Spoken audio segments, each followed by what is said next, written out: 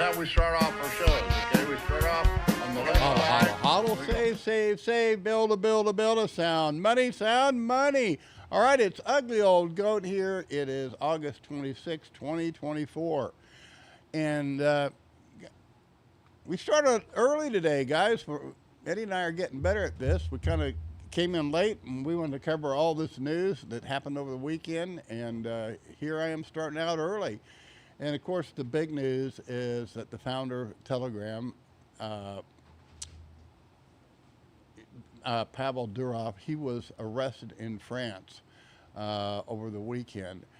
And this Jerusalem Post article probably covers it best, and what most of the news that's going on here. So we'll put all these links into the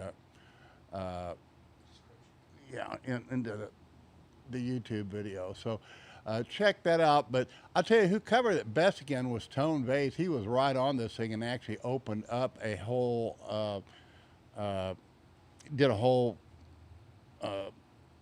show on it. And he also did a thorough documenting all of its sources. So again, it was an outstanding job. And basically he does discuss the pros and cons of having second, third, and fourth passports. And the unbelievable thing is that, why Pavel went to France to begin with, because he knew, it was just a country that he should not have been in because he could be extradited there. But in my opinion, this is more dangerous than anything we've seen. Now, of course, President Trump promised to free Ross Ulbricht. Ross Ulbricht is a totally, completely different case because he built a platform purposely that people could break the law. And let's see, I think this is his website here. There it is. You can visit the case in his favor is outlined on his website here, so we'll put that link on there too. And again, it was the sentencing part that I think got that I certainly object to. It was a very harsh sentence. But the thing that I have kind of against all these people, all the libertarians woke up to this harsh sentence when it happened to their own hero. But the United States sentencing guidelines that were put in during the Clinton administration subjected huge sentences, and they were disproportionate, particularly for crack cocaine. It was, definitely a racist law that was designed to imprison the black population. And so, I understand their argument, but I've never really. I said my objection always said, where were you guys when all these? This has been going on for a long time. It's just like right now, the American people are waking up to the fact, well, the FBI is totally corrupt. Well, I knew that when I was in prison. I'm sorry, but the drugs and the money never matched. I examined over 100 cases, and they just never matched. And I've checked since I've gotten out. I've talked to lots of guys that I've never found a case that matched.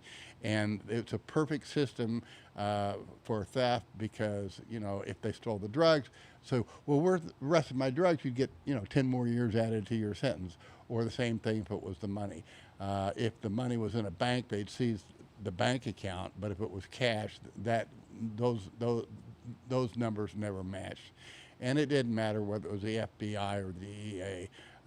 We just need to cut this government down to size, way down to size.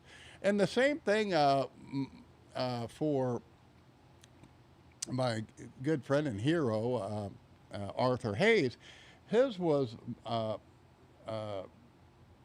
they went after him because basically he created a platform that was knocking the socks off of the Chicago Board of Trade and the Chicago Merc. And it was, the Department of Justice went after him, it was the bankers who really went after him. And this is, I think, a far more sinister and far more dangerous because this is this man has been arrested simply for providing a platform, and he's being arrested for best that I can see, for what other people have done on their platform. It's like being, like I say, the president of France, and then you're indicted for all the crimes that are committed in in France. Uh, we need. I mean,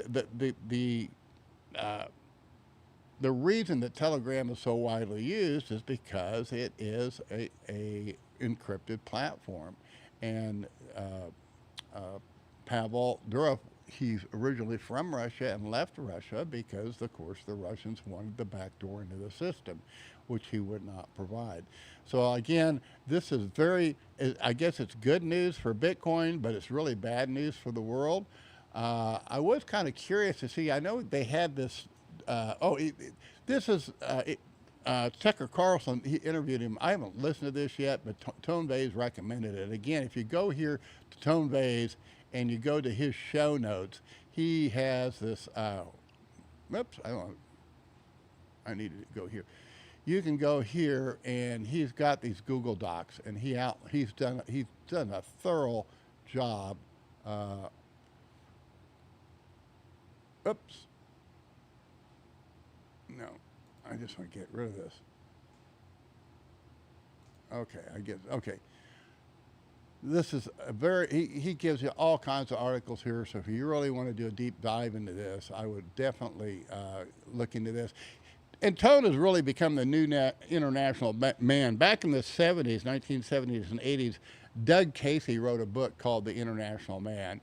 And it was, this is the same guy that was saying that gold was going to go to 3,000 or 6,000, I forgot what it was, way back in 1980. Of course, it's never reached that price yet. But the book was an outstanding book in its time, and I think the quality of stuff that Tone Vays is putting out is just outstanding. And he's got it, if you're looking for, he outlines all the pros and cons, and also has a recommendation. There's I guess a couple good advisors out there if you're looking to get a second passport. All right, so let's go look at the market a little bit. Here's the Bitcoin market. Again, this market turned up last week. I'm very bullish now.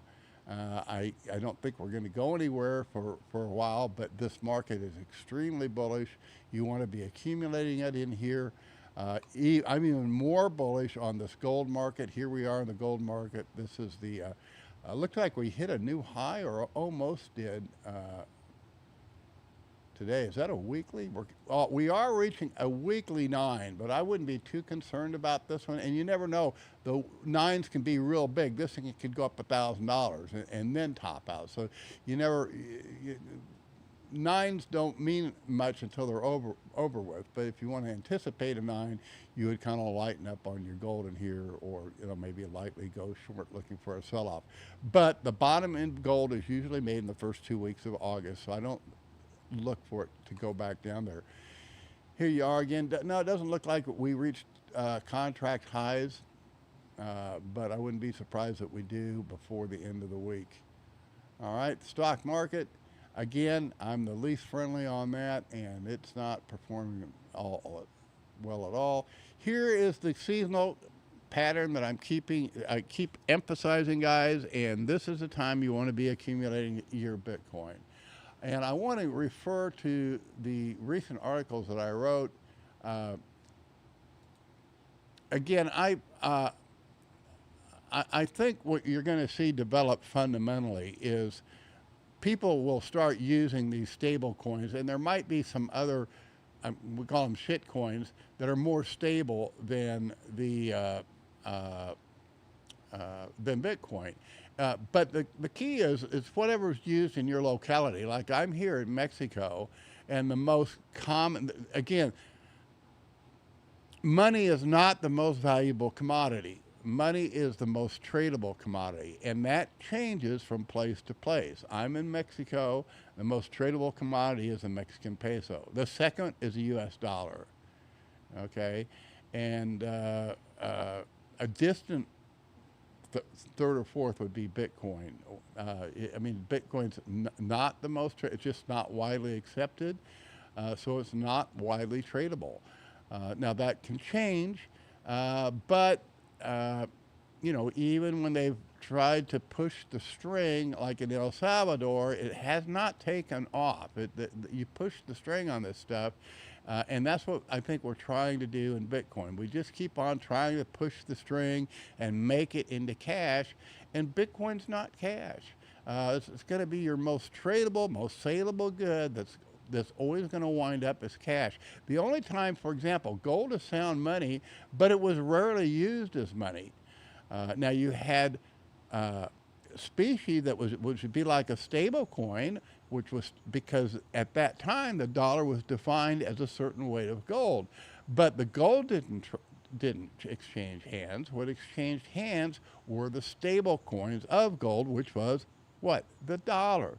And it's because the dollar always had integrity. The United States, it was defined as a certain amount of gold.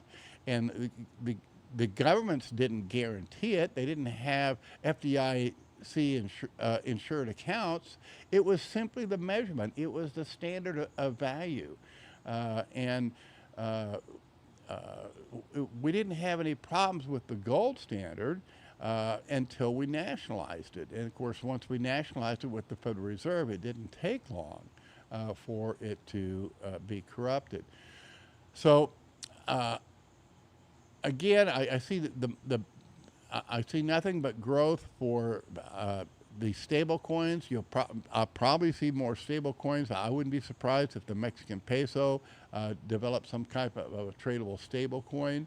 The point is, though, these funds, you can do business in those economies, and you can profit doing business, creating wealth, and banking, and marketing in the national currencies, and then you use your profits you put into your store of value, which of course is Bitcoin. And so I also want to show that it's never too late for Bitcoin. Again, if you dollar cost average, that's your best route to go. Here is a great chart. It is up to date now, and it just shows that if you started at the peak back in 2021 when Bitcoin ran up to over $60,000, and you started at that peak and just purchased $500 a month, you'd have a total of $17,500 in the market, and it'd be about doubled in value. And this is and your average price is $31,000, which interestingly is better. You know, one of the largest investors in Bitcoin is Michael Saylor, and he got into the game I think a little earlier than the 2021, but his average price is about $35,000. At least that's what he's officially reports. And so even if you have the very worst timing, you do very well. And this is why you want a dollar cost average. All right, guys. Hey, hope you enjoyed this. We're going to have a special guest on tomorrow of the founder of CapitalX, which is a new service here in Mexico. So we're going to have him on for a little bit tomorrow. If you want to support what I'm doing here, just go to our website here, and you can get our equity trading start kit, and that would support me in a big way. You just